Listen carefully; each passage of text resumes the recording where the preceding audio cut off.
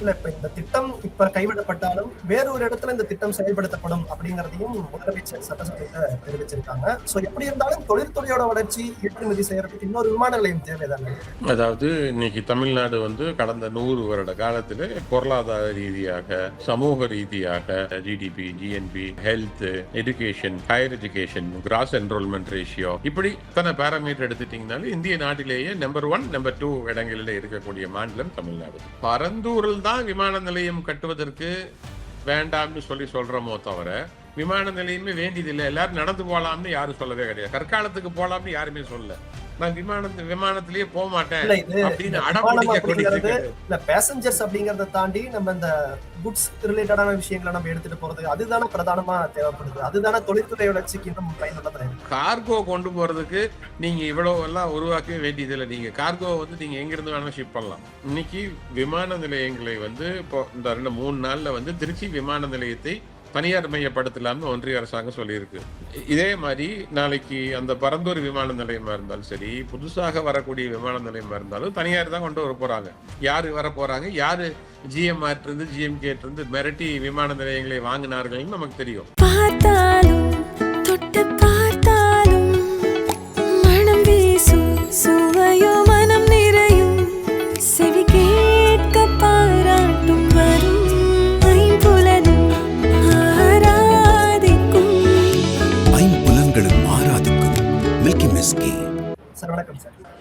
வணக்கம்ங்க சார். சில நாட்களுக்கு முன்பு நீங்க முகநூல் பக்கத்துல உங்களோட பதிவு ஒண்ணு பதிவிட்டிருந்தீங்க. பரந்தூர் விமான நிலையம் அப்படிங்கிறது வளர்ச்சியை தடுக்கிறது அப்படிங்கிறத தாண்டி மக்களோட வாழ்வாதாரத்தை சார்ந்தது அப்படிங்கிறதுக்கு நீங்க ஒரு பதிவு போட்டிருந்தீங்க. என்னென்ன விமான நிலையம் வரதுனால என்னென்ன இடர்பாடுகள் இருக்கு, சுற்றுச்சூழல் ரீதியா என்னென்ன பிரச்சனைகள் ஏற்படுது அப்படிங்கிறதுக்கு நீங்க விரிவாங்களோட கருத்துக்களை பகிர்ந்துருந்தீங்க. சமீபத்துல பரந்தூர் விமான நிலைய திட்டம் கைவிடப்படுது அப்படிங்கிற ஒரு அனௌன்ஸ்மெண்ட்டையும் கொடுத்திருந்தாங்க. ஒரு சுற்றுச்சூழலியாளரா இதை நீங்க எப்படி பாக்குறீங்க? இது சுற்றுச்சூழலுக்கு கிடைத்த ஒரு அங்கீகாரம். அதோட முக்கியமாக அந்த பரந்தூர் பகுதியில் இருக்கக்கூடிய மக்களுக்கு கிடைத்த ஒரு அங்கீகாரம். அதாவது அங்க அந்த விவசாயிகள் வந்து கிட்டத்தட்ட ரொம்ப நாட்களாக எங்களுக்கு வந்து இது வேண்டாம், எங்களுக்கு காம்பன்சேஷன் வேண்டாம், எங்களுக்கு பூமி தான் வேணும் அப்படின்னு சொல்லி அவர்கள் கேட்டுக்கொண்டிருந்தது அவர்களுக்கு கிடைத்திருக்கிறது. எப்படி சேலம் சென்னை ஹைவேல நம்ம வந்து அந்த திட்டத்தை கைவிட்டு அங்கே இருக்கக்கூடிய விவசாயிகளையும் கிழக்கு தொடர்ச்சி மலை, ஈஸ்டர்ன் காட்ஸ்ன்னு சொல்லக்கூடிய கிழக்கு தொடர்ச்சி மலையையும் பாதுகாத்தோமோ, எப்படி தஞ்சாவூர் பகுதியிலே நெடுவாசலிலே போராடி கொண்டிருந்த விவசாயிகளுக்கு அவர்களுடைய வாழ்வாதாரத்தை பாதுகாத்து அங்கே வந்து ஒன்றிய அரசாங்கம், பாஜக அரசாங்கம் கொண்டு வந்த திட்டத்தை தடுத்து நிறுத்தினோமோ, எப்படி ஸ்டெர்லைட்டிலே போராடி கொண்டிருந்த சாமானிய மக்களுக்கு, தூத்துக்குடி நகரத்தில் வாழ்ந்தோருக்கு, அந்த பகுதியில் வாழ்ந்தோருக்கு ஒரு நியாயம் கிடைத்ததோ அதுபோல இதுவும் கிடைத்திருக்கிறது என்பதே என்னுடைய பார்வை. இது யாருடைய வெற்றி, யாருடைய தோல்வி எல்லாத்தை விட அங்கு இருக்கக்கூடிய விவசாயிகள் சுற்றுச்சூழலை பேணி பாதுகாக்க வேண்டும் என்று நினைத்தவர்கள், அதை விட வந்து நீர்நிலைகளை பாதுகாக்க வேண்டும், காலநிலை மாற்றத்துடைய ஆபத்தை புரிந்து கொண்டவர்களுக்கு கிடைத்த ஒரு அங்கீகாரமாக பார்க்கின்றேன். இல்ல இப்ப இந்த திட்டம் கைவிடப்பட்டாலும் வேறொரு இடத்துல இந்த திட்டம் செயல்படுத்தப்படும் அப்படிங்கிறதையும் முதலமைச்சர் சட்டசபையில தெரிவிச்சிருக்காங்க. இதற்காக நம்ம வேறு இடம் பார்ப்போம் அப்படின்னு சொல்றாங்க. ஆனா கடந்த ஆட்சியில இந்த பரந்தூர் இடம் வந்து தேர்வு செய்யறதுக்கு முன்னாடியே பல இடங்கள் பரிசீலனையில இருந்தது. அதனோட முடிவுல தான் பரந்தூர் தேர்வு செஞ்சு அங்க சாத்தியக்கூறுகள் ஆராய்ச்சி இவ்வளவு பணிகள் கொண்டு வந்திருக்காங்க. சோ எப்படி இருந்தாலும் தொழில்துறையோட வளர்ச்சி, ஏற்றுமதி செய்யறதுக்கு இன்னொரு விமான நிலையம் தேவைதானே?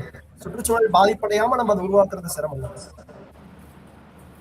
அதாவது இன்னைக்கு தமிழ்நாடு வந்து கடந்த 100 வருட காலத்தில் மிகப்பெரிய முன்னேற்றத்தையும் பொருளாதார ரீதியாக, சமூக ரீதியாக, இப்போ சோஷியல் டெவலப்மெண்ட் இண்டிகேட்டர்னு சொல்லக்கூடிய விஷயங்கள்ல GDP, GNB, health, education, higher education, cross enrolment ratio இப்படி நீங்கள் வந்து இத்தனை பேராமீட்டர் எடுத்துட்டிங்கனாலும் இந்திய நாட்டிலேயே நம்பர் 1, நம்பர் 2 இடங்களில் இருக்கக்கூடிய மாநிலம் தமிழ்நாடு.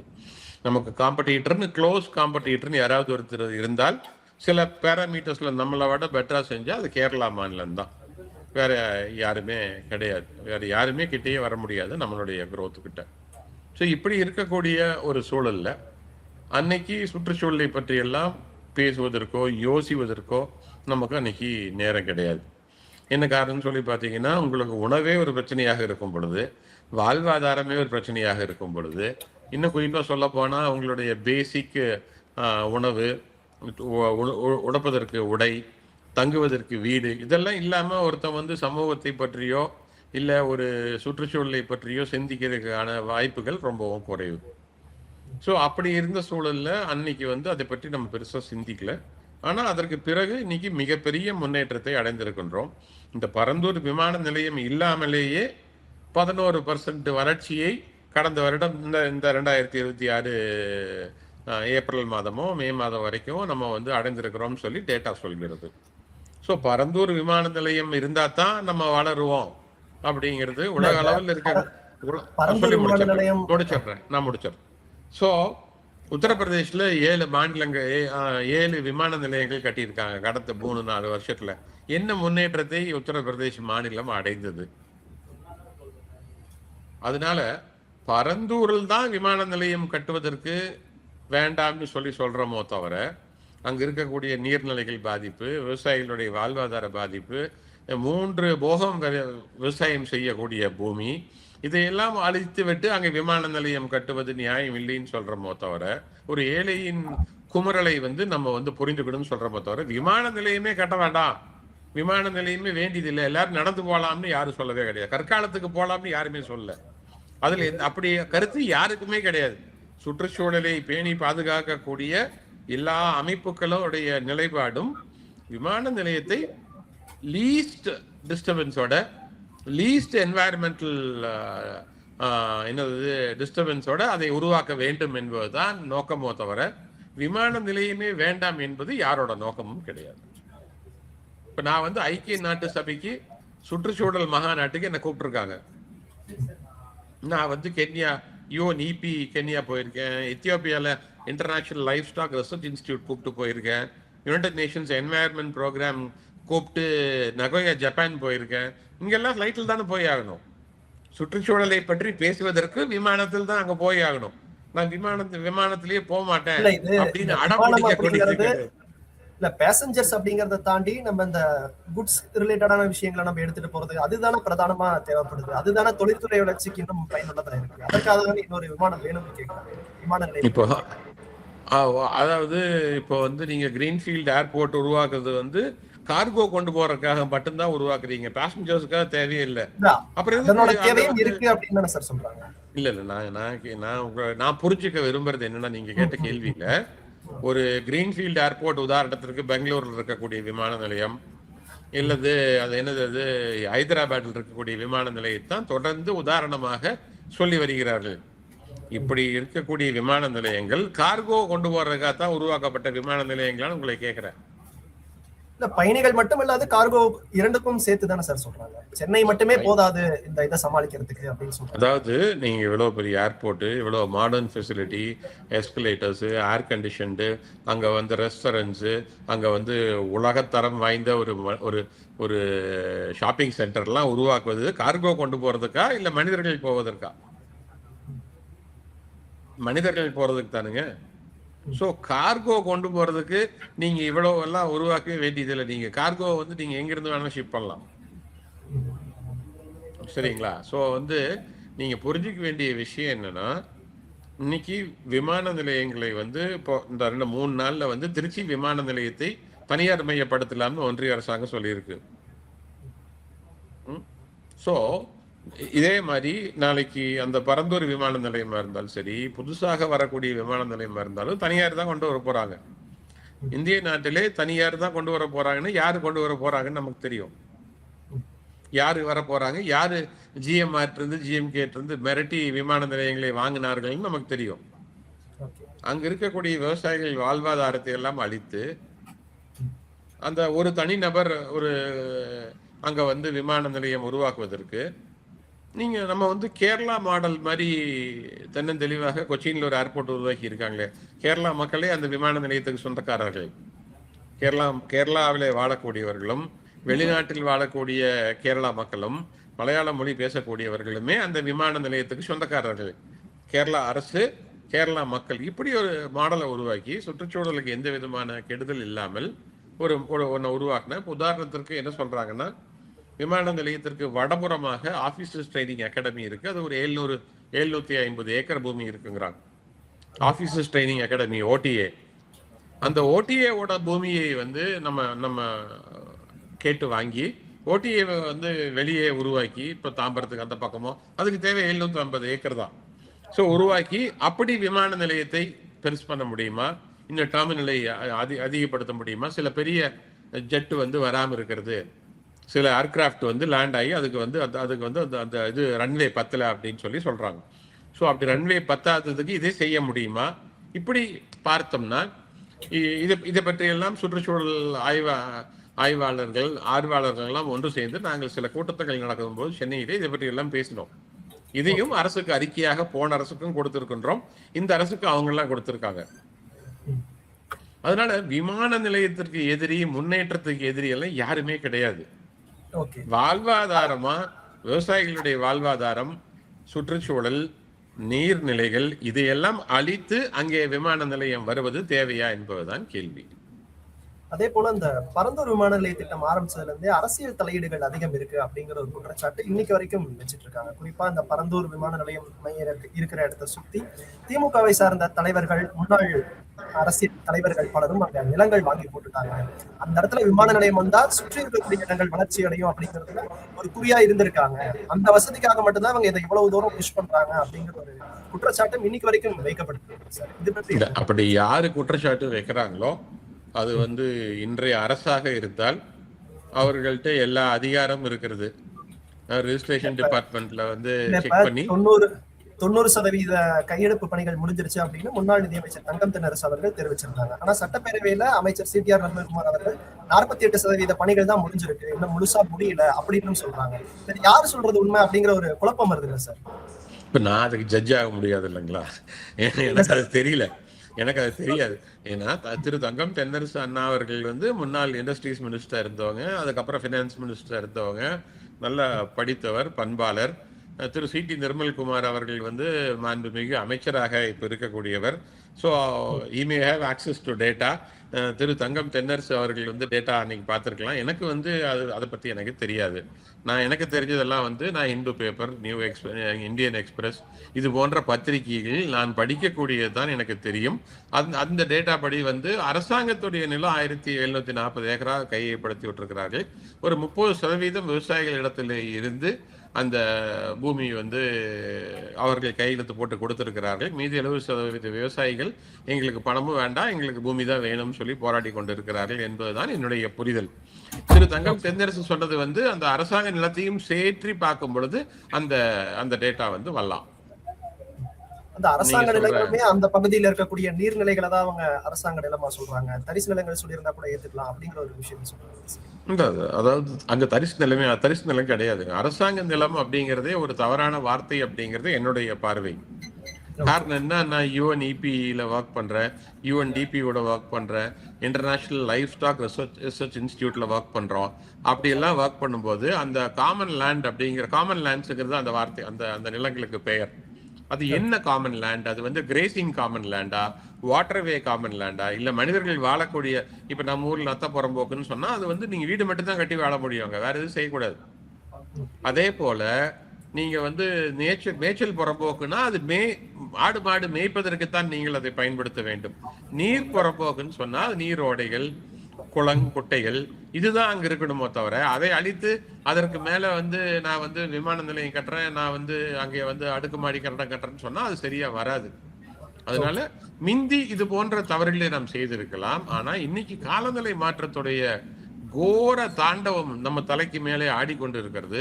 அடுத்த தலைமுறையை பற்றி நம்ம வந்து டெவலப்மெண்ட் வேணும், குரோத் வேணும்னு சொல்றோமோ தவிர அட் வாட் காஸ்ட்? அடுத்த தலைமுறையே வாழ்வதற்கு இடமில்லாமல் செய்துவிட்டு அந்த முன்னேற்றத்தையும் அந்த பொருளாதார முன்னேற்றத்தை அடைந்து என்ன பயன் என்ற கேள்வியை நாம் புரிந்து கொள்ள வேண்டும். இது யாரு எதிரி? இப்போ அங்க ஏர்போர்ட் வேணும்னு சொன்னா அவங்க வந்து நமக்கு எதிரி. நான் எதிரியா அவங்களாம் பார்க்கல, அவங்களும் நல்லா இருக்கணும் தான் நான் நினைக்கிறேன். ஒரு இயற்கை விவசாயி இயற்கையான உணவை கொடுக்கணும்னு நினைக்கிறான்னா அந்த விவசாயியும் நல்ல உணவு சாப்பிடணும்னு நினைக்கிறான், எல்லாத்திற்கும் இயற்கையான நல்ல உணவை கொடுக்கணும்னு நினைக்கிறான். அதனால வந்து யாரையும் வெறுக்கவில்லை, யாரையும் எதிரியாக பார்க்கவில்லை. விஷயம் வந்து இந்த தமிழ் சமூகத்தை, இந்த மண்ணை நேசிக்கக்கூடியவர்கள், அந்த அங்க இருக்கக்கூடிய வாழ்வாதாரத்தையும் அங்க இருக்கக்கூடிய நீர்நிலைகளையும் அழித்துவிட்டு அங்கே உன்னை உருவாக்க வேண்டாம் என்பதுதான் வேண்டுகோள். Okay sir. அதே மாதிரி இந்த பரந்தூர் விமான நிலைய திட்டம் கைவிடப்பட்டதுல இருந்து ஒரு நல்ல ஒரு வரவேற்பு மக்கள் மத்தியில இருந்தும் சரி, சமூகத்திலையும் கொடுத்துட்டு இருக்காங்க. பட் இருந்தாலும் அந்த இடத்துல வந்து விமான நிலையம் வரல, அதற்கு பதிலாக அரசு சார்ந்த வேறு திட்டங்கள் செயல்படுத்தப்படும் அப்படிங்கிற ஒரு விஷயத்தையும் சொல்றாங்க. நிலங்களை திரும்பி அந்த மக்களுக்கே கொடுக்கணும் அப்படின்னு சொல்றாங்க. ஏற்கனவே நிலம் கொடுத்த மக்களுக்கு பணமும் கொடுத்துட்டாங்க. சோ இப்ப அடுத்து என்ன நடக்கும் சார்? அரசாங்கத்தோட நடவடிக்கை எப்படி பாக்குறீங்க? இல்ல அது அரசாங்கம் என்ன செய்வாங்கன்னு எனக்கு தெரியல. என்னை கேட்டீங்கன்னா பணம், அதாவது யாரோட நிலமெல்லாம் இன்னும் வந்து கையகப்படுத்தாமல் இருக்கிறதோ அந்த நிலங்கள் விவசாயிகளுக்கே போய் சேர்ந்துடும். எந்த பிரச்சனையும் கிடையாது. அவங்க போட்டிருந்த அந்த ஒரு இது போட்டிருப்பாங்க இல்லைங்களா, இயர் மார்க் பண்ணி இந்த லேண்ட் எல்லாம் நாங்கள் டேக் ஓவர் பண்றோம்னு சொல்லி அதை ரிலீஸ் பண்ணிடுவாங்க. அரசாங்கம் ஒரு டிஆர்ஓ ரிலீஸ் பண்ணுவாரு. ரிலீஸ் பண்ணிட்டாங்கன்னா அந்த விவசாயிகள் அவங்க வாட்டுக்கு விவசாயம் பண்ண ஆரம்பிச்சிருவாங்க. அவங்களுக்கு எந்த பிரச்சனையும் கிடையாது. அவர்களே பிரியமாக அந்த பூமியை விட்டிருந்தால் எனக்கு வேண்டாம், விவசாயம் பண்ண விரும்பல, ஒட்டுமொத்த போராட்டமுமே அந்த பகுதியில் இருக்கக்கூடிய இயற்கை சூழலை காப்பாற்றணும், இயற்கை சூழலை வந்து கெட்டக்கூடாது அப்படிங்கறத முன் வச்சுதான் அந்த முழு போராட்டமுமே நடந்தது. சோ அதுக்கான ஒரு முழு போராட்டத்துக்கு வந்து இயற்கை மட்டும் காரணம் கிடையாது. இப்ப என்னை எடுத்துட்டீங்க, இப்ப நானே சொல்லும் போது என்ன சொல்லுவேன்னு சொல்லி கேட்டீங்கன்னா, விவசாயிகளுடைய வாழ்வாதாரம், விவசாயிகளுடைய உரிமை, சுற்றுச்சூழல், நீர்நிலைகள், ஸோ இந்த 3 விஷயத்தை எடுத்துதான் நம்ம சொல்றோமோ தவிர, இன்னைக்கு நான் வந்து மாண்புமிகு அமைச்சர் அவர்கள் பேசியதை சட்டமன்றத்தில் பார்த்தேன். அப்படி அவங்க வந்து அப்பவும் அவங்க வந்து ஒரு வார்த்தை சொல்லியிருக்காங்க, சுற்றுச்சூழலுக்கு எந்த விதமான பிரச்சனையும் இல்லாத திட்டங்களை அமல்படுத்த நாங்கள் முயற்சிப்போம் சொல்லியிருக்காங்க. அதுக்கு வந்து நாளைக்கு ஸ்டேக் ஹோல்டர் கன்சல்டேஷன் நடக்கும், என்வாயர்மெண்டல் இம்பாக்ட் அசஸ்மெண்ட் நடக்கும். அப்படி நடக்கும் பொழுது யாரு வேணாலும் அதை கருத்து சொல்லலாம். இது வந்து இதை பண்ணலாம், இதை பண்ணக்கூடாதுன்னு சொல்லி உயர் நீதிமன்றத்துக்கு செல்லலாம், உச்ச நீதிமன்றத்துக்கு செல்லலாம். ஸோ அதற்கான வாய்ப்புகள் இருக்கிறது தேவைப்பட்டால். ஸோ நம்ம அதை வந்து அப்பொழுது நம்ம அதை பார்க்க வேண்டிய விஷயம். என்ன திட்டம் கொண்டு வராங்கன்னு தெரியாமல் எதிர்ப்பது அவசியம் இல்லை. Okay sir. அதே போல இன்னொரு விமான நிலையம் வேணுங்கிறதையும் முதலமைச்சர் வந்து சட்டப்பேரவையில பதிவு பண்றாரு. இந்த பரந்தூர் திட்டத்துக்கே கிட்டத்தட்ட ஒரு 7-8 வருட ப்ராசஸ் நடந்து இடம் தேர்வு செஞ்சு பணிகள் இந்த இடத்துல வந்து கைவிடப்பட்டிருக்கு.